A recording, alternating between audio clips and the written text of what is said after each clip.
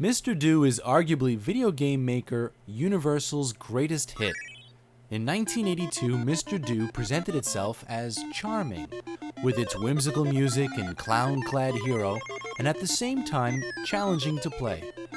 Its only true rival was Namco's Dig Dug, which was released in the same year and shared many similar gameplay mechanics. Mr. Do proved popular enough to have Universal create a follow-up video game, Mr. Do's Castle, or Mr. Do vs. Unicorns as it was called in Japan. Mr. Do's Castle was released in September of 1983 and was a radical departure from the Do of the previous year. Instead of a maze game, it would evolve into a true platformer with ladders and gravity to contend with. Gone was your throwing ball weapon and replaced with a mallet. This was a different Mr. Do altogether.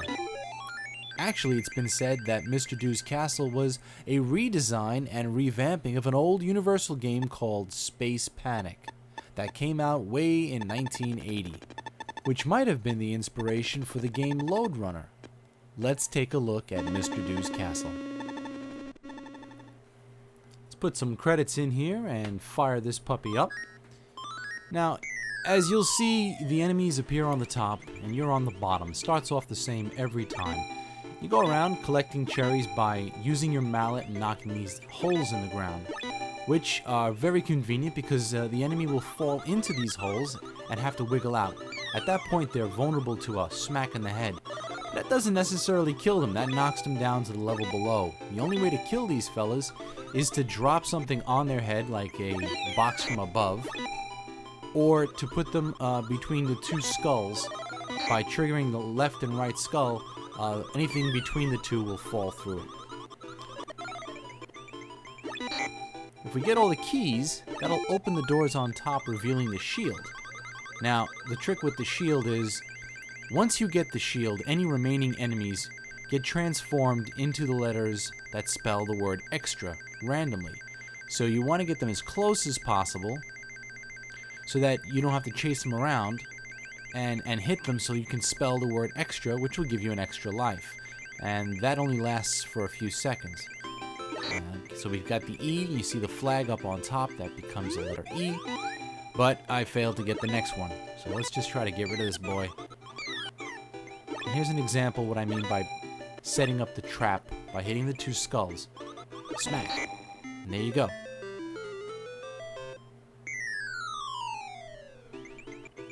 Now these boards are predetermined. Every time they'll be the same, so you could try to develop your own pattern. I haven't. Every time I play it, it's different. And you'll notice that you can move the ladders, which is handy when someone's coming up the ladder. You can just push it away. Again, it doesn't kill them, but it's a great method to get away out of a tight jam, which I'm getting myself into.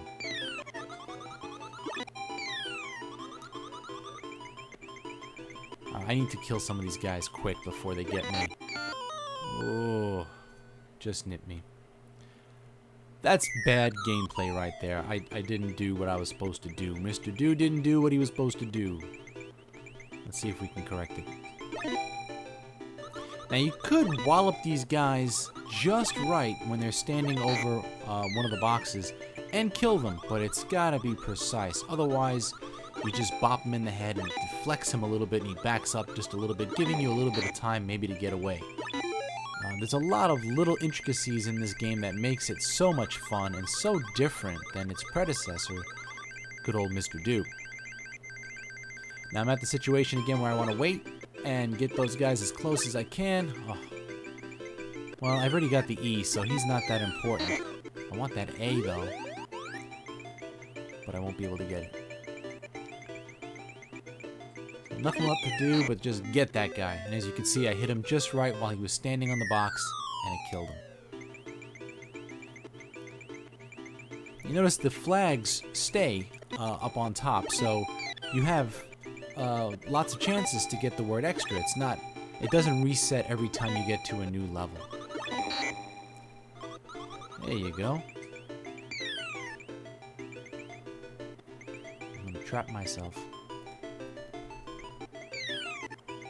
Sometimes patience pays off in this game. Now, one of the cool things about this game is if you dilly-dally long enough, the enemies get really annoyed and become these blue behemoths. They look like narwhals. Big blue, aggressive, and really fast creatures. We'll try to see if we can get that activated before the video is over. There's the A.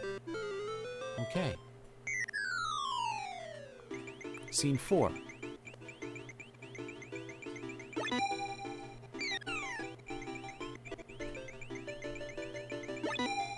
Now, I've heard that in very, very early versions of this game, there were no cherries, just boxes. Universal is really famous for the cherries. They had it in Mr. Do, and the theme continues all throughout the Mr. Do series. And there's many other. Wow, look at that one. That was a good one.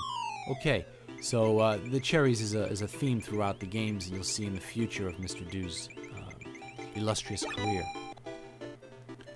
We're on level 5 already. You'll notice one of these enemies is green, which denotes he's faster than the rest. So we gotta watch out for that fella. Whack. You'll notice also that when you drop from great heights, you don't die. So you can also use that as an escape route, where you would knock a hole in the floor and drop down. Oh, look at that. They're the two big baddies. And if you wait even longer, those guys will split into 2, becoming 4. It's best to just get those guys as quick as you can and get off the board. Mr. Do. Mr. Do versus Unicorns. Or Mr. Do's Castle, as it's known in the US. Very fun game.